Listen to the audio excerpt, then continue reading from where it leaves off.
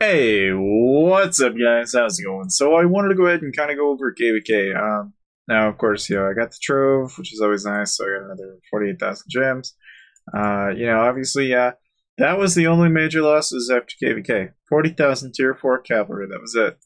It's the only major loss of the entire KVK. And you want to guess how I lost those? From my own kingdom. You wouldn't think, but yeah, lo and behold, I ended up trying to defend Frozen Fort, and it did not work out as planned. Okay, now I'm going to be fair, all right? We were not up with the greatest of odds here. We were out about 200k Canadian. Not exactly ideal in a situation like that, but we gave it a good go.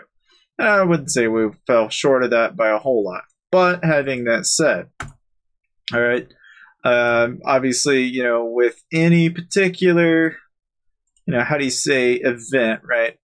Of course, I went out of my way. I went out and pretty much cleaned out a guy of 150 mil or so resources, which is always nice, right? And of course, everybody out there is probably doing Guild Fest. Now, in case anyone's wondering, right, in regards to Mega Baggett, if you're just now doing him and you're like, clueless as to what team you need to use, as you can tell, I got the clan title. It's only because, no one in their bright mind wants to rally me in this kingdom. Nobody. But, no, like on a good note, right? So the Mega Maggot, again, in case you guys are wondering why you don't see my camera, it's because I personally I don't know about how you guys feel. Let me know in the comment section below. Should I bring the camera back? I don't know. But for today, I thought, it was kind of getting in the way. So I just thought, you know what? Let's just take a step back here real quick. Let's just kind of look at things as it is. So anyway, getting on with Mega Maggot in particular, right?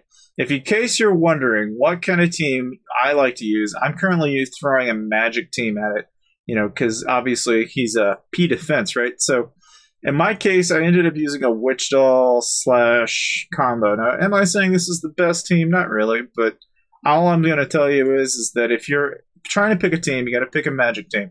In theory, you really probably ought to throw an elementalist in there just for good measure. I mean, there's really no harm in that. In fact, really, you're probably even better off throwing a petite devil in there. Okay, and that's probably going to do even that much more. But again, it really depends. Are you free to play or are you whatever? If you're free to play, you probably want to use Snow Queen or, depending on the level. If you're like 4 or 5, you might want to throw that Prima in there. And of course, you probably don't have snow, so you're probably going to use something like this. Okay, as far as the DPS is concerned, this is probably one of the better teams you could throw in there. Now, in theory, right, you probably could, if you wanted to, you could probably mix and match between Elementalist and, Sage of Storms. There's not going to be a whole lot of harm in that. But, I mean, look, the point is, right, with Mega Maggot in particular, you want to use magic damage, right? How you do that and how you want to increase it, entirely up to you, okay? But as for Nosros, okay, different story. Same kind of thing, though, because basically he is physical damage. So it's kind of like more or less the same shit twice. Obviously different rules, different abilities, but still kind of the same premise. All right, because if you're looking at this guy, you'll notice I'm using kind of the same copy and cat kind of team. Again, I'm trying to focus on the highest DPS, which usually includes Prima, and potentially Bomb and Goblin and Petite, because those three are pretty heavy on the DPS end on magic. But then you got to put in like somebody like Elementalist or even say somebody like Sage of Storms, and that's going to buff up your DPS. And once again, another Stormfox or Sage of Storms to keep buffing up that DPS. Now, there's no harm in putting like a Snow Queen in there if you want to add some extra added defense. But for the most part, I'm just looking for the damage, so not looking too forward to trying to keep them alive when I'm hitting level 1s. Now, level 5s and 4s, you might want to break that up a little bit. Start adding a healer, maybe start, warping that team a little bit. But that just takes a little bit of plug and play. And again, if you guys are really wanting to, look out, what exactly should I use for a level 4 or something like that? Look, at the end of the day, all right, if I was to throw like a level 4 and just plug and play with a team like that I just threw at it, okay, it's only 1.3%. Okay, now with one minor exception, okay, granted, we're only making one change here, one variation to this rule. All right, as I was telling you earlier, in theory, okay, this is my DPS side. This is my DPS side. In theory, okay, I could just as easily pull him out, put a Sage of Storms in, okay, and it's the difference between 1.3% and whatever this is going to be. Now, that's ultimately, in my opinion, how you're going to determine what particular hero you should use for determining the higher ratio of damage according to the monster tier. Obviously, it's going to vary from monster to monster, but like here you got 0.2% of a difference. So it seems marginal at first, but that may be a big deal if you're trying to stack in DPS and stuff. So again, just something to keep in consideration while you're picking your teams. But again, every little bit counts in every combo you use. It's entirely up to you. There's not really a wrong answer so long as you're using magic damage. Now, as regards to the actual account, as you guys all can kind of tell, okay, I'm a 582 million knight.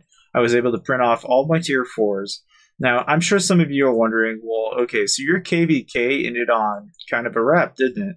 Yeah, and I think this is kind of what a lot of people have to say about their KVK. All right, we ended up winning. All right, it wasn't terrible. Okay, I ended up pulling in like 7 million points. I didn't really care. I'll be really honest with you. It was not a KVK that I think anybody should ever take a whole lot of interest in, because it's only one kingdom. You're not trying to fight 3 kingdoms at once. So the chances that you're even going to get somebody like this guy up here to even rally you is not even a remote chance. Now, granted, I've been kind of plugging away at different people in my kingdom just because, why not? When you're at 580 million, you'd be surprised at how little people will even bother to rally you. You could pop your stuff like this. You could just wear this all night, and you might get somebody who thinks about it, but there's very few people in the kingdom that will even remotely want to touch you. It's pretty funny. But again, if you're just starting out, right, and you want to get to this kind of point, all right, one of the things that I kind of want to go ahead and share you is some insider secrets as far as getting a ton of gems and a ton of other stuff. Because I think everybody out there has been like, well, how do I get gems? How do I get speeds? How do I get to this incredibly large number? Well, look, if you're trying to get there, okay, I can tell you right now that it helps a hell of a lot to get into the Coliseum pretty far down there. But that means you got to have good pay-to-win heroes. And that, in my opinion, is kind of where you have to start out. Is you work your way up by getting into these pay-to-win heroes. These pay-to-win heroes kind of ultimately bounce up for long-term investment. But then if you take like the Trove, for example, you take another 20, 30,000 plus a month when it's all maxed out. That's a good chunk. And then, you take that in tandem with like, another 7 to 1,400 gems that you're getting out of that ability alone is a pretty big deal. And I even recently got Lucky Stars, so I've got, 3 random Holy Stars every day. I mean, that kind of thing, that's a good way to kind of compound the amount of stuff you're getting over a period of time. But if you're really wanting to get like an enormous amount after that, obviously, you can take advantage of the events. Obviously, paying to win is always an option. But if you're somebody out there that's just wanting to play the game, I mean, hell, they've got a Facebook event where, you can get 3 million gold, 2,000 gems. I mean, just recently there was an event like this that came up. You get a bunch of free stuff just by doing, simplistic dark essences. I mean, it's little stuff like this, though, guys, that if you go out of your way to like participate, it's a good way to get some stuff. You might get it, you may not, but it's always worth giving it a try because very few people actually do them, it seems like. And I've had some luck in the past. Now, having that said, okay, the other way is to obviously go through Wii Gamers. And if you guys are not familiar with Gamers, look, it's a broadcasting platform. You get on there, you can talk to your friends, and you can connect it up to Lords Mobile. You can talk to your buddies on the game while you're on Wii Gamers. It's a pretty useful app, but most importantly is you can watch other broadcasters on there and support them out and stuff. And ultimately what you can do is you can gather points, and that'll give you access to bundle packs, which then gives you access to speeds, gems, reloads, etc. Over a period of time, that has yielded pretty well for me as well. But having that said, all right, if you've done all of the above at this point, then really the only thing I have left for you really is this token of knowledge coming from somebody who is 582 million by it, which is at the end of the day, all right, you've got to consistently be able to go out of your way and do exactly this.